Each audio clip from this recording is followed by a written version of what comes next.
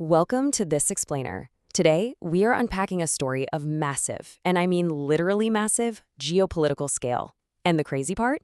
It directly dictates the reality of your personal finances. Now, I know, global financial history usually sounds like a bunch of high-level, dusty macroeconomics, right? But it's actually the hidden force behind the exact purchasing power of the money sitting in your bank account right this very second. We are tracing the rise and fall of the petrodollar. So let's dive in and explore how a geopolitical chess match from half a century ago is still shaping our world today. Take a look at this question. Why is your grocery bill tied to a 1970s desert handshake? I know, it sounds kind of like a riddle, doesn't it? But the answer connects foreign policy directly to that very real sticker shock you experience at the grocery checkout. By the end of our time together, you're going to see exactly how a single diplomatic meeting decades ago built a financial architecture that fundamentally controls the price of your gas, your food, and your everyday goods today. The scaffolding of that connection is absolutely fascinating. Okay, Section 1, decoding the petrodollar. Let's look at this invisible engine. So a petrodollar isn't actually a special physical bill you can hold in your hand. It's simply defined as the global practice of exchanging oil exclusively for US dollars, tying the world's energy supply directly to American currency. Think about that for a second. Pricing a globally essential commodity, oil, exclusively in one currency creates this permanent artificial global demand for that currency. Because, every nation needs oil to keep the lights on, which means every nation is literally forced to acquire US dollars. This mandatory exchange mechanism gave the United States an absolute economic superpower. It effectively made the dollar indispensable. But to understand how the U.S. managed to score this immense leverage, we actually have to go back to a moment when the entire system was completely falling apart. Which brings us to Section 2, closing the gold window and the financial chaos of 1971. We are traveling back to a moment when the global rules of money were rewritten overnight. All right, look at this timeline. Before 1971, the global financial system operated under the Bretton Woods Agreement. This basically meant the US dollar was firmly backed by actual physical gold sitting in a vault. But throughout the 1960s, the US found itself printing massive amounts of money. They were funding the escalating Vietnam War abroad, plus those really ambitious Great Society social programs at home. Eventually, the math just stopped working. There were simply way too many paper dollars circulating globally and nowhere near enough gold bars to back them up. So, in 1971, President Richard Nixon officially closes the gold window. He completely severs the dollar's tie to gold. And just like that, the world's reserve currency is floating in a void, backed by absolutely nothing but government decree. And as you can imagine, the fallout was swift and severe. See that huge spike on the chart? The unbacked dollar started rapidly losing value. And then, tensions in the Middle East compounded all that economic instability. During the 1973 Yom Kippur War, OPEC nations launched an oil embargo against the U.S. and its allies. Look at the numbers. Oil prices didn't just climb, they shot straight up, from $3 a barrel to $12 a barrel, almost overnight. I mean, imagine pulling up to a gas station today and seeing the price literally quadruple in a matter of days. No way, right? That sudden shock led to those iconic, chaotic images of the 1970s. We're talking mile-long lines of frustrated drivers and completely empty gas station pumps. The dollar was crumbling, inflation was skyrocketing, and America desperately needed a rescue operation to stabilize its currency. And that leads us to Section 3, the historic Saudi handshake. Let's talk about this 1974 rescue operation. So in 1974, Secretary of State Henry Kissinger embarks on this incredibly high-stakes diplomatic mission to Saudi Arabia. And he brokers a beautifully simple, perfectly balanced two-step treaty. Here's how it worked. Step 1, Saudi Arabia agrees to sell its vast oil reserves exclusively in US dollars. No other currency accepted, period. Step 2, in exchange, the United States guarantees absolute military protection for Saudi oil fields. We're talking advanced fighter jets, weapons, defense shields, the whole shebang. That simple two-step agreement fundamentally changed the world order. It didn't just stabilize the free-falling dollar, it instantly granted the United States absolutely unprecedented geopolitical leverage in the Middle East. All right, moving to Section 4, the global dollar engine. This is where the invisible machine really gets going. That single handshake created an incredibly powerful economic loop known as Petrodollar Recycling. Let's break it down.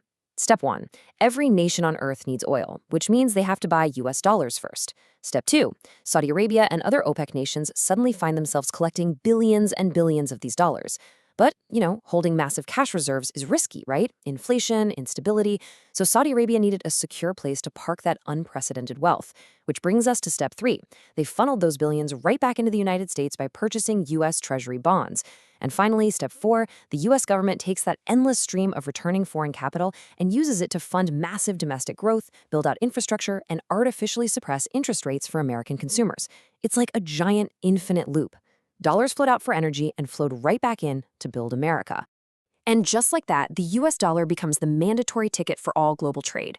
Think about it from the perspective of a rapidly growing industrial powerhouse back then, like Japan or Germany. You had absolutely no choice. You had to aggressively acquire and hold huge reserves of US dollars just to get the oil necessary to keep your factory lights on.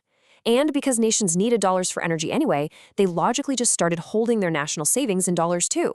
This totally cemented the dollar's status as the ultimate global reserve currency. It transformed it into this inescapable financial network connecting every single nation on the map, and it secured American economic hegemony for decades. Now let's zoom out for Section 5, Echoes of Past Empires. Let's look at the historical patterns. When we look back at the vast timeline of human history, a really fascinating pattern emerges about global dominance. Look at this comparison. Ancient Rome, right? They maintained their immense power because the Roman Empire controlled the physical global trade routes. Jump forward to the 17th century, and you've got the Dutch East India Company dominating the globe by controlling vital global shipping lanes. Well, modern America achieved that exact same imperial scale and influence, but not just through sheer military might. They did it by completely controlling the global energy trade through the petrodollar system. But, as we all know, historical cycles and long-term debt patterns teach us a very, very tough lesson. As you can see right here, every empire built a massive network, but eventually the scaffolding cracks. No financial system, no matter how ingeniously designed or militarily enforced it is, lasts forever. The global macro environment is constantly evolving. And that, my friends, brings us to the reality of the massive geopolitical shift happening right this very second. Which brings us to our final section, Section 6, Navigating the Financial Future, and what this shift actually means for you. We are literally witnessing real-time cracks in the petrodollar system right now. Major geopolitical players are actively rewriting the rulebook. For instance, the BRICS nations, Brazil, Russia, India, China, and South Africa, they are signing new global trade agreements that explicitly bypass the US dollar, choosing to settle oil and commodity trades in their own local currencies instead.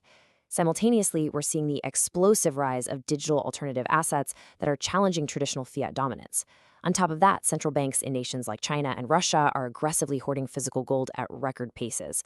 When you put all of these pieces together, it's clear we are watching the slow, undeniable crumbling of petrodollar dominance. And here is why this matters to you. When the global system cracks, the impact isn't just isolated to high finance or foreign policy. It is felt deeply right at your local grocery checkout. Here is the direct mechanism. As the petrodollar weakens and the global community needs fewer dollars to buy oil, that artificial built-in demand for the currency drops. Suddenly, trillions of dollars that were previously held overseas start flowing right back into the United States. And when you have trillions of returning dollars chasing the exact same amount of domestic goods and services, the result is severe domestic inflation. That macro breakdown is exactly what makes the numbers on your grocery receipts grow larger and larger. So, what do we do about it? Well, look at this comparison. When we weigh fiat currency against personal skills and knowledge, the contrast is super stark. Fiat currency, like an unbacked dollar that's losing its global monopoly, is inherently vulnerable.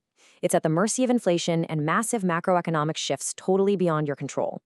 Conversely, your personal skills and knowledge, those are permanent, adaptable, and crisis-proof. High-level knowledge is quite literally the ultimate hedge. Regardless of what underlying currency the world is using or what its exact value is on any given day, highly valuable skills will always command a premium in the marketplace. In a rapidly shifting financial landscape, the best protection isn't just buying some alternative asset. It's building a resilient, adaptable mind. Which leaves us with this final question. As the petrodollar era shifts, how are you investing in the skills for the next economy? The old rules, the ones established by that handshake back in the 1970s, they are being fundamentally rewritten as we speak. The absolute best action you can take right now is to learn, adapt, and ensure that your personal expertise is just as indispensable in the future as the petrodollar was in the past. Thank you so much for joining me for this explainer. Stay curious and keep learning.